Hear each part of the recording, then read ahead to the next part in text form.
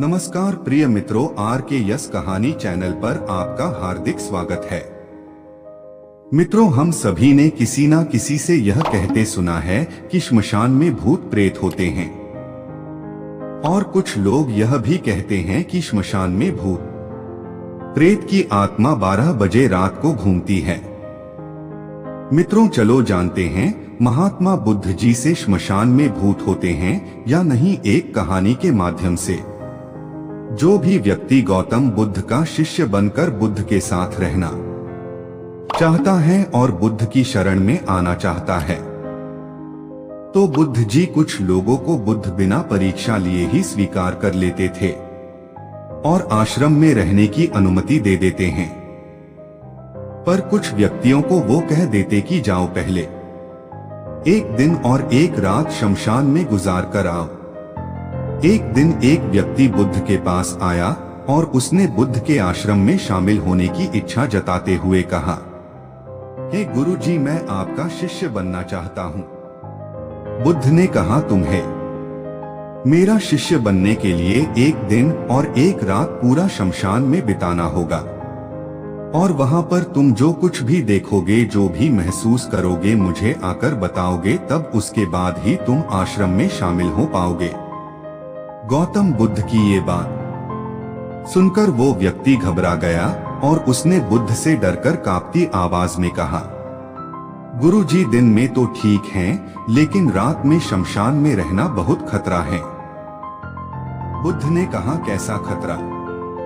व्यक्ति ने कहा, वहां भूत प्रेत होंगे, वो मुझे पकड़ लेंगे और जान से मार देंगे या तो मेरा जीवन नर्क बना देंगे। भूत प्रेतों का खौफ उस व्यक्ति के चेहरे पर साफ दिख रहा था। बुद्ध ने कहा, क्या तुमने भूत प्रेत देखे हैं? व्यक्ति ने कहा, नहीं, पर मैंने सुना बहुत हैं, और कुछ ऐसे लोगों को जरूर देखा है जिनमें भूत आ जाते हैं और उन्हें परेशान करते हैं, अजीब अजीब हरकतें करते हैं। इस पर बुद्ध ने कहा, फिर तो अब तुम्हारे पास ये अच्छा मौका है ये जानने के लिए कि क्या सच में भूत प्रेत होते हैं या नहीं। तुम एक रात शमशान में व्यतीत करो, वहां पर तुम्हें कुछ ऐसा लगे कि वो भूत हैं, तो देखना कि वो कैसा दिखता है, और यदि ऐसा कुछ ना हुआ तो तुम यह जान पाओगे कि भूत प्रेत जैसी कोई चीज नहीं होती है। इस तरह पूरी रात तुम जो भी अनुभव कर पाओ, वो सब कुछ सुबह मुझे आकर बताना। बुद्ध की बातों को सुनकर वो व्यक्ति तैयार हो जाता है। व्यक्ति बोला, ठीक है गुरु जी, मैं एक पूरा दिन और रात शमशान में गुजारूंगा। बुद्ध ने कहा, ठीक है, अभी तुम स्नान कर लो और आश्रम में जाकर भोजन करके आराम करो, और कल सुबह की पहली किरण के साथ ही शमशान पहुंच जाना। व्यक्ति को आश्रम में जाने के बाद बुद्ध ने अपने 4 शिष्यों से कहा कि वह व्यक्ति कल शमशान जाएगा, तुम सब उसके पीछे जाना और उस पर नजर रखना, पर ध्यान रहे उसे थोड़ा भी ना लगे कि कोई उस पर नजर रख रहा है। अगले दिन सुबह होते ही वो व्यक्ति शमशान में पहुंच गया और 4 शिष्य भी उस व्यक्ति का पीछा करते हुए एक जगह छुपकर उस व्यक्ति पर नजर रखने लगे। जब तक दिन था तब तक वो व्यक्ति शमशान में इधर उधर घूमता रहा, उसे काश वैसा कुछ भी अनुभव नहीं हुआ। लेकिन जैसे जैसे सूर्य के ढलने के साथ अंधेरा बढ़ता जा रहा था, वैसे वैसे व्यक्ति की धड़कनें भी बढ़ती जा रही थी। किसी तरह उस व्यक्ति ने पूरी रात शमशान में गुजार ही ली और सुबह होते ही वो बुद्ध के पास पहुंच गया। बुद्ध ने व्यक्ति से पूछा, बताओ शमशान में कैसा समय गुजरा तुम्हारा? क्या तुमने कोई भूत देखा और क्या क्या अनुभव किया? व्यक्ति बोला, गुरु जी, जैसे ही मैं सुबह सुबह शमशान में पहुंचा तो वहां कुछ घंटे बाद मुझे कुछ लोगों की भीड़ शमशान की ओर आती दिखाई पड़ी जो एक अर्थी लिए आ रहे थे। मैंने जब उन लोगों को ध्यान से देखा तो उनमें से कुछ लोग बहुत दुखी थे, कुछ लोग सामान्य और कुछ लोग बेहद खुश थे। वो लोग उस मरे हुए इंसान के बारे में बोल रहे थे कि इस व्यक्ति ने बहुत अच्छे कर्म किए हैं, बहुत किस्मत वाला है ये। इसके बाद उस मरे व्यक्ति के बेटे ने अपने वृद्ध पिता की चिता को अग्नि दी। अर्थी के साथ शमशान आए लोग कुछ देर वही खड़े रहे। चिता प्रचंड आग की लपटों से धू धू करके जलती रही और सभी लोग मायूस खड़े होकर जलती चिता को देख रहे थे।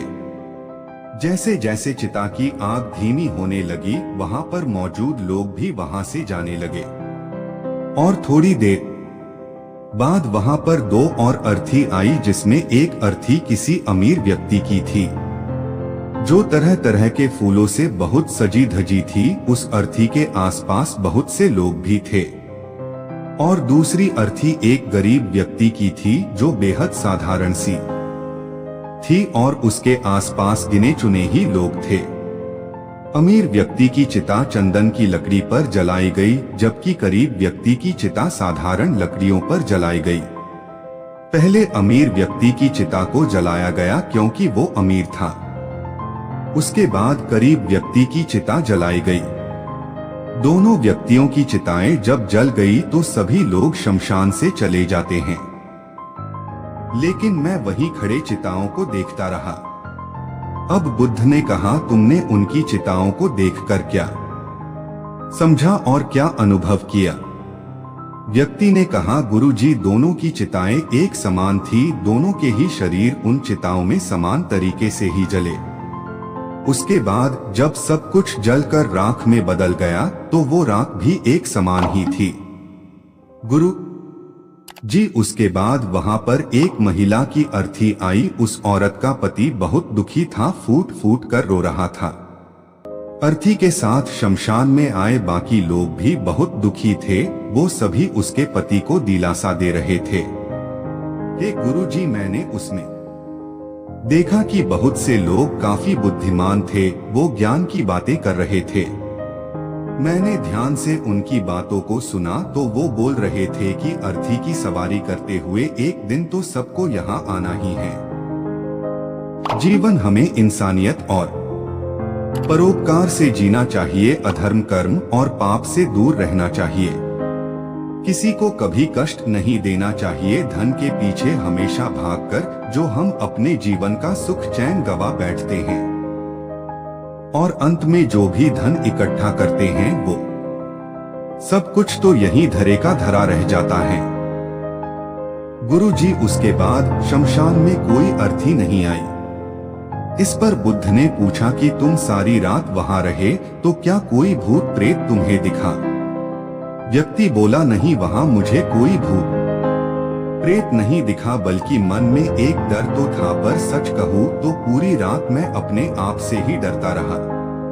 कभी हवाओं से हिलने वाले पत्तों की आवाजों से डरता रहा तो कभी वहां आसपास मौजूद जीव जंतुओं की आवाजों से डरता रहा।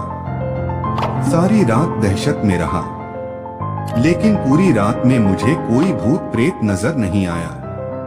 बुद्ध ने उस व्यक्ति से कहा, ठीक है, अब तुम जाओ और आश्रम में आराम करो, कल फिर तुम्हें पूरा एक दिन और रात शमशान में बिताना होगा। अब वो व्यक्ति ये सुनकर बोला, आप कैसी बात कर रहे हैं गुरुजी? आपके ही कहने पर कल पूरा दिन और पूरी रात मैं शमशान में पड़ा रहा। वो समय मैंने कैसे काटा है मैं जानता हूँ, अब मैं दोबारा वहां नहीं जाऊंगा। बुद्ध ने कहा, देखो, जो काश चीज तुम्हें वहां जाकर मिलनी थी वो तुम्हें अभी तक नहीं मिली है। जब तक वो चीज तुम्हें नहीं मिल जाती मैं तुम्हें अपना शिष्य नहीं बना सकता। तुम एक दिन और वहां रुको, तुम्हें वो अवश्य मिल जाएगी। व्यक्ति बोला, ठीक है, मैं कल एक दिन और रात और व्यतीत कर लूंगा शमशान में। अगले दिन सुबह वो व्यक्ति बुद्ध का आशीर्वाद लेकर फिर से शमशान पहुंच गया। एक पूरा दिन और रात बिताकर वो व्यक्ति अगली सुबह फिर बुद्ध के पास पहुंचा, लेकिन इस बार उस व्यक्ति के चेहरे पर एक अलग ही तेज था, एक अलग ही खुशी झलक रही थी, मानो उसे वो मिल गया हो। लेकिन बुद्ध उसके मुंह से सुनना चाहते थे, इसलिए बुद्ध ने एक ही सवाल पूछा कि क्या तुम्हें वो चीज मिली व्यक्ति बोला, हाँ गुरुजी, मुझे वो मिल गई। बुद्ध ने पूछा कि बताओ तुम्हें वहां क्या मिला। व्यक्ति ने कहा, गुरुजी, मैंने जीवन का अर्थ समझ लिया है। मैंने वहां देखा कि कुछ लोग शाम को मुझे अर्थी पर लेकर आ रहे हैं। मुझे 4 लोगों ने अपने कंधों पर उठा रखा है और मेरे पीछे कुछ 20-25 लोग रोते बिलखते चल रहे हैं। मेरे पिता अर्थी के आगे आगे चल रहे हैं और कुछ लोग राम नाम सत्य बोलते हुए मेरे ऊपर फूल फेंक रहे हैं। मेरे सभी रिश्तेदार बहुत दुखी थे। भीड़ में मौजूद कुछ लोग तो सिर्फ दुखी होने का नाटक कर रहे हैं, कुछ लोग मेरे पिता को दिलासा दे रहे हैं। तभी कुछ देर बाद मेरी अर्थी को जमीन पर रख दिया गया और मेरे शरीर को उठाकर चिता पर लिटा दिया गया। मैं ये सब दृश्य अर्थी पर लेटे हुए देख रहा था।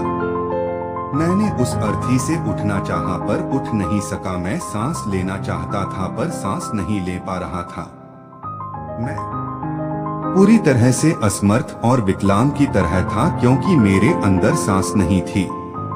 मैं अपने पिता को गले लगाना चाहता था लेकिन मैं उठ नहीं सकता था। मैं अपने भाई को गले लगाकर ये कहना चाहता था कि तुम अपना और माता पिता का ध्यान रखना। घर व परिवार की जिम्मेदारी अब तुम्हारे ऊपर है। इसे बखूबी निभाना, इससे मेरी आत्मा को शांति मिलेगी। कुछ समय बाद मेरा मुंह कपड़े से ढक दिया गया और शरीर के ऊपर कई लकड़ियां रख दी गई। मुझे अब कुछ भी दिखाई नहीं दे रहा था।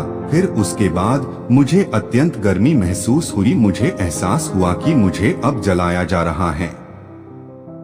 धीरे धीरे लकड़ियों के साथ साथ मेरा पूरा शरीर जलने लगा। मेरा दम घुट रहा था। मैं उठना चाहता था। आखिर आग ने प्रचंड रूप ले लिया और धीरे धीरे मैं भी उस अग्नि में पूरी तरह खो गया। पूरी रात मैं खुद को ऐसा ही जलता देखता रहा। मैंने देखा कि अंतिम रूप में मैं एक राख बन चुका हूँ। उस पूरी रात ना तो मैं डरा ना ही मुझे डर का एहसास हुआ। जब आंखें खुली तो एक तीव्र रोशनी मेरे आंखों पर पड़ी। मैंने देखा कि ये तो मैं हूँ, वो भी शरीर के साथ। मुझे बहुत खुशी का अनुभव हुआ। उसके बाद मेरे मन से ना जाने कितने ही भ्रम समाप्त हो गए और मैं आपके पास आ गया। बुद्ध मुस्कुराए और बोले कि तुम अब आश्रम में शामिल हो सकते हो क्योंकि तुमने अब ज्ञान रूपी उस बीज को प्राप्त कर लिया है जिसमें शरीर को भूलकर स्वयं को जानने की इच्छा होती है। इसी ज्ञान की प्राप्ति के लिए मैंने तुम्हें शमशान भेजा था जहां अंततः तुमने ये जाना कि शरीर नश्वर है, नेत्रों से दिखने वाली हर चीज नश्वर है।